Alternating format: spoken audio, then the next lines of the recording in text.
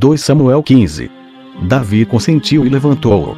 Tendo feito as pazes com o rei, Absalão partiu imediatamente com grande acompanhamento, seguido, além da grande quantidade de cavaleiros e dos carros que possuía, por 50 guardas. Como a sua ambição não tinha limites, imaginou logo destronar o rei seu pai, apoderar-se da coroa e pô-la na própria cabeça. Com essa intenção, ia todas as manhãs ao palácio do rei, onde consolava todos os que haviam perdido uma causa, dizendo-lhes que os culpados eram os maus conselheiros do rei, o qual também enganava o povo em seus juízos. Continuou a proceder desse modo durante 4 anos. Quando percebeu que conquistara o afeto de todos e de todo o povo, rogou ao rei permissão para ir a Hebrom cumprir uma promessa que fizera durante o exílio. Quando lá chegou, fez correr a notícia por todo o país, e gente de todas as partes veio ter com ele. Aitofel, que era de Gilo, um dos conselheiros de Davi, foi também. 200 habitantes de Jerusalém também vieram, mas somente para assistir à festa. Assim, o desejo de Absalão realizou-se, como ele esperava, pois todos o escolheram para rei. 284. Davi, como era natural, irritado pela ousadia e impiedade do filho, que após receber o perdão por um crime tão grande tentava tirar-lhe a vida e o reino concedido a ele pelo próprio Deus, resolveu retirar-se às praças fortes do outro lado do Jordão e entregar nas mãos de Deus o julgamento de sua causa.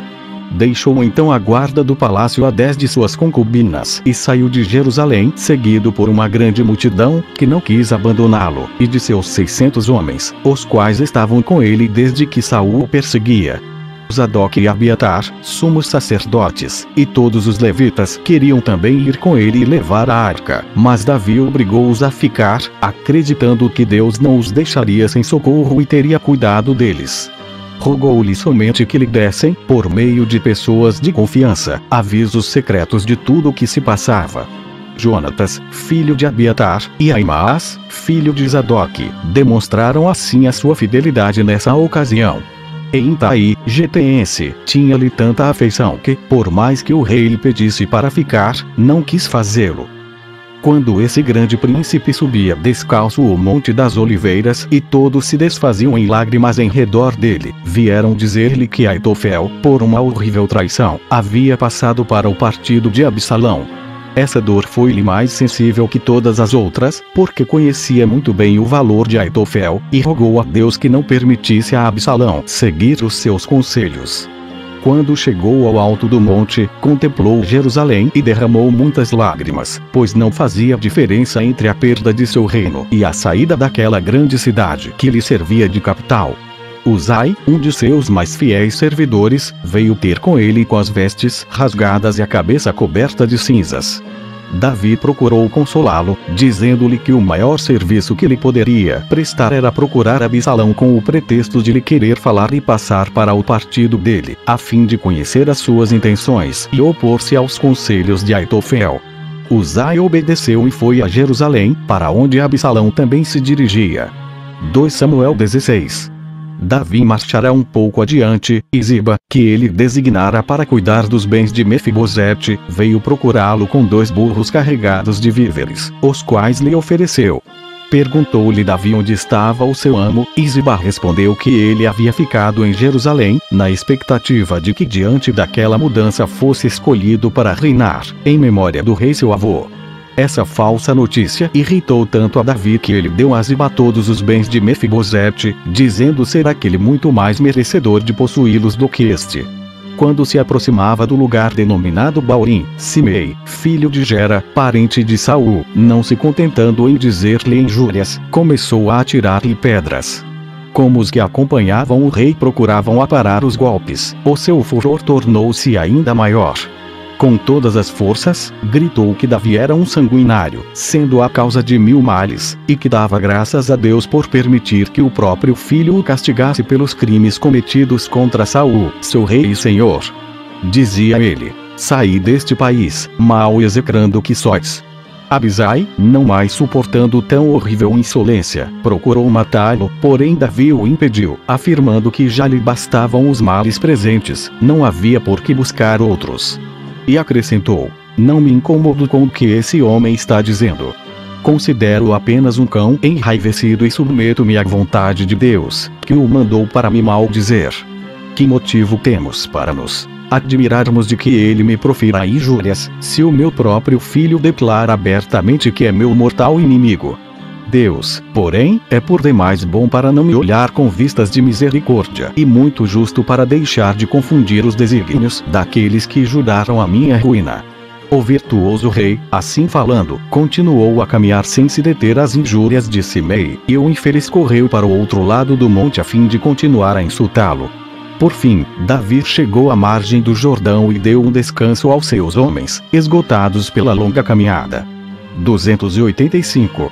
Absalão, nesse meio tempo, acompanhado por Aitofel, em quem depositava toda a sua confiança, dirigia-se a Jerusalém, e Uzai, fiel amigo de Davi, foi como os outros prostrar-se diante dele e desejar-lhe um feliz reinado.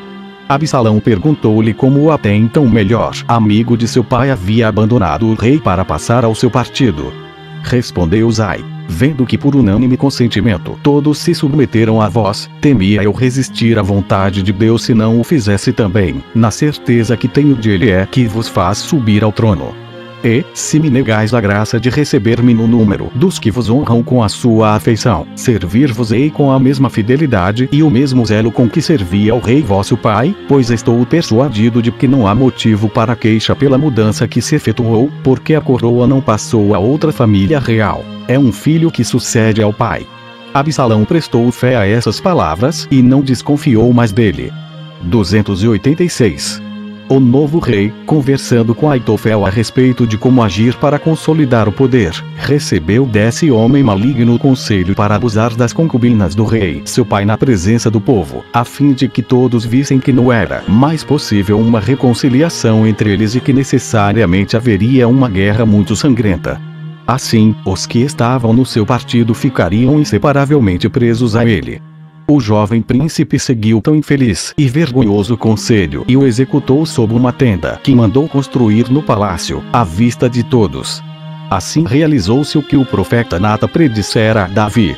Capítulo 9. Aitofel dá um conselho a Absalão que teria arruinado completamente a Davi.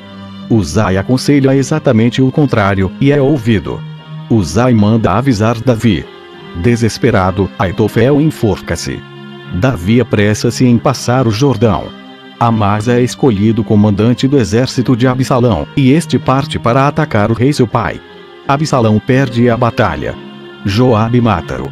287. 2 Samuel 17. Absalão perguntou depois a Aitofel de que modo deveria agir naquela guerra. Ele respondeu: a morte do rei vosso pai é o único meio que tendes para assegurar a coroa e salvar aqueles aos quais a deveis. Se me quiserdes dar 10.000 homens escolhidos dentre todas as vossas tropas, prestar-vos-ei esse serviço.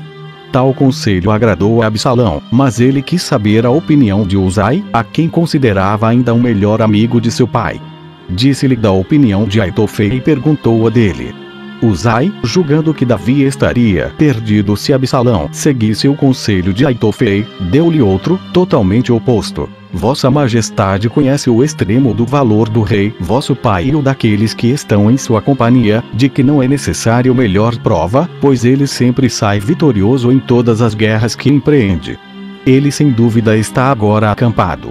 E, como ninguém é mais perito que ele na arte da guerra, não haverá estratagema de que não se sirva.